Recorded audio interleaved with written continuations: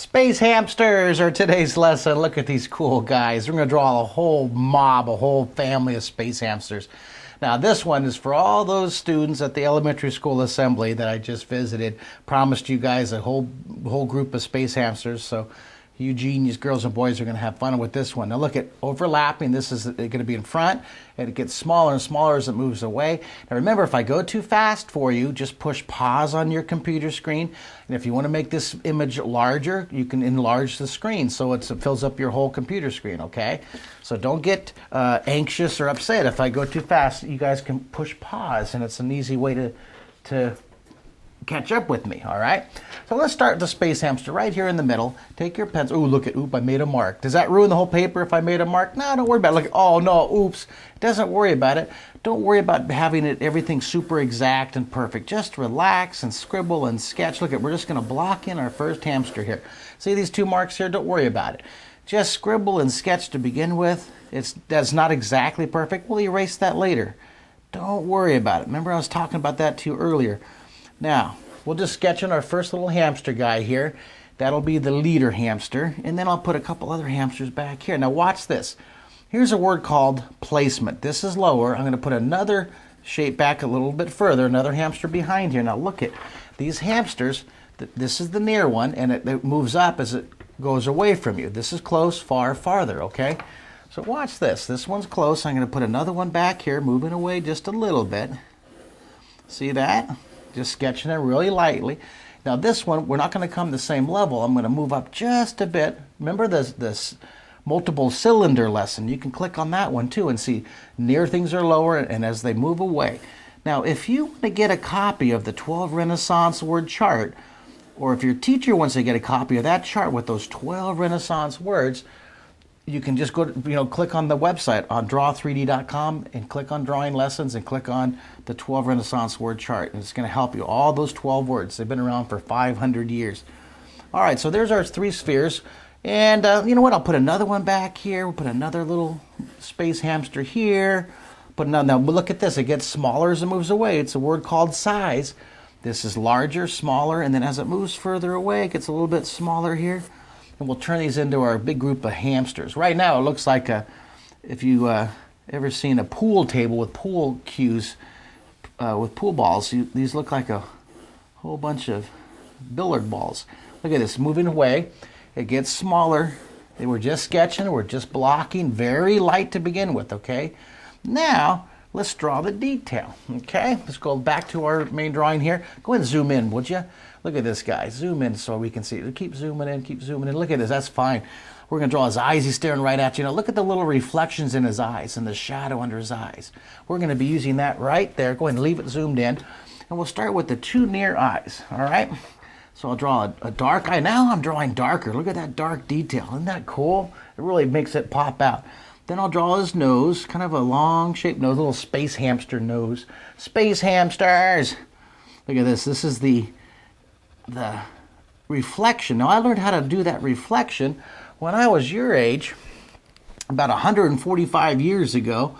My art teacher showed me how to leave a little reflection in the nose or in the eyeball to make it look shiny. Like if you're drawing a dog or a kitty cat, leave a little reflection in the nose. And I'm going to do the same thing here. See, I have two pencils. One is sharp and one is dull. I always keep a couple pencils. Look at any pencil will do. Any pencil. I'm going to have this guy staring right at you, so I'll put his pupils right there, okay? Then I'll leave a little reflection. Little reflection. It makes it look like it's a real eyeball. See that? Little details. That's a great word, details. How many details can you learn from me and add to your own drawing? All right, go ahead and zoom out just a bit, and we'll put, let's put his space helmet here. Now the space helmet will be right here, down low, and then I'm going to come up around. Look at that. That's where his helmet's going to go. But I'll darken that in later. First of all, let's put a few little whiskers coming off of here. Little space hamster whiskers. And then, now here's the texture. Watch this. I'm going to put a lot of fur. Watch how I draw the fur. Take my pencil, I'm doing fast, quick lines. Look at this. Look at that fur. See that? Look at that. All these lines. Really, really furry, real textury. Take your hand and feel your paper. See, your paper has a texture, smooth texture. Look over at the wall. See the texture on the wall? Look at your shoe. Look at the texture of the fabric of your shoe.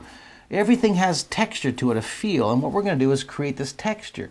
Like your hair has a texture, the rabbit has a texture, your dog has a textured fur. Well, the space hamster has texture too, and that's what we just did with the fur. Now I'm going to draw another more detail over here. I'm going to draw his eye. He's going to be looking over.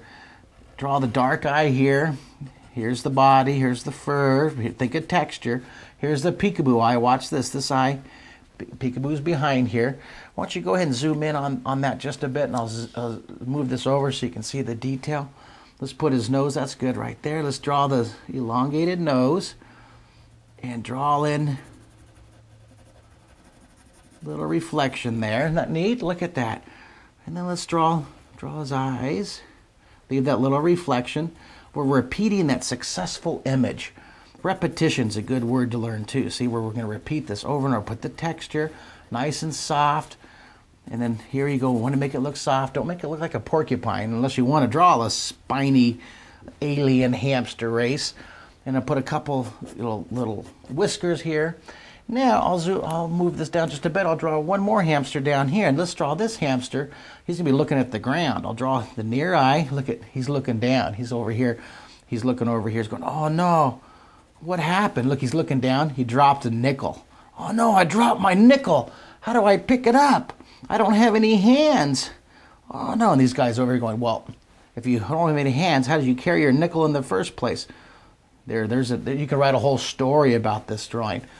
You guys are the author illustrators of the new century, okay?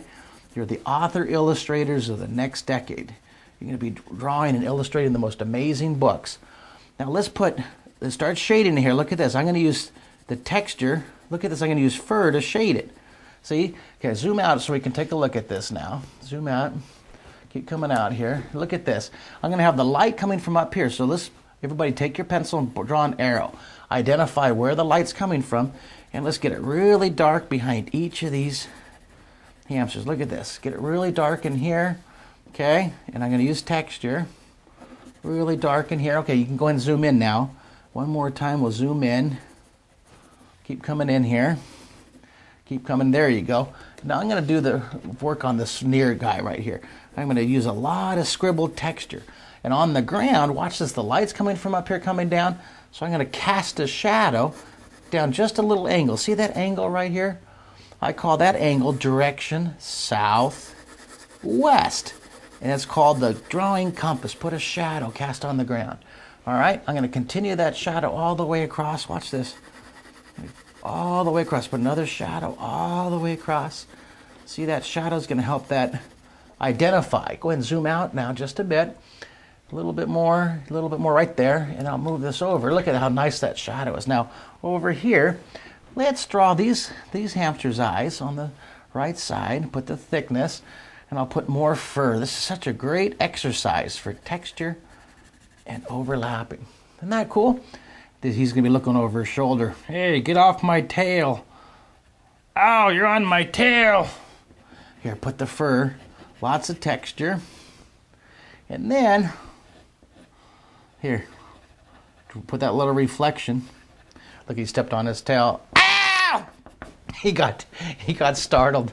This fellow stepped back up into his tail. Dude, you're on my tail, man. Not cool.